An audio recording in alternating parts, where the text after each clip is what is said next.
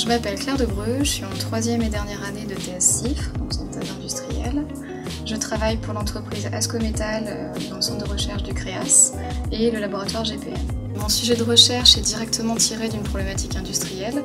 Je cherche à comprendre un phénomène qui se passe dans les aciers.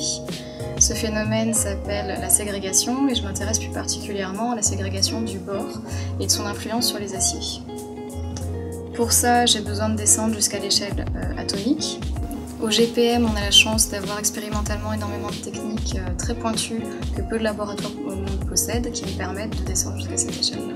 Donc le laboratoire est spécialisé entre autres dans la technique de sonde atomique tomographique qui permet de reconstruire en 3D un volume atome par atome. Donc pour ça, on a besoin d'un échantillon qui est en forme de pointe. De manière générale, au GPM, on a deux solutions pour faire des pointes en sonde atomique. La première, c'est l'usinage par attaque électrochimique, où on va attaquer pour user entre guillemets un bâtonnet d'acier et lui donner au fur et à mesure de l'attaque une forme de pointe à l'extrémité très fine. J'utilise la deuxième solution, qui elle est plus longue mais plus précise. C'est de l'usinage par faisceau d'ion focalisé, FIB. Pour ça, on utilise un microscope électronique à balayage, équipé d'un canon FIB. On va venir pulvériser la matière avec des gros ions lourds, qui sont lancés sur la matière avec une forte intensité. Et en dégageant cette matière, on va venir isoler un tout petit bout d'acier pour ensuite le prélever à l'aide d'un micromanipulateur. Ce petit morceau est ensuite placé sur ce qu'on appelle une prépointe. Donc c'est tout simplement une pointe qu'on a usinée par électrochimie, mais jusqu'à avoir une extrémité qui est de taille relativement grossière.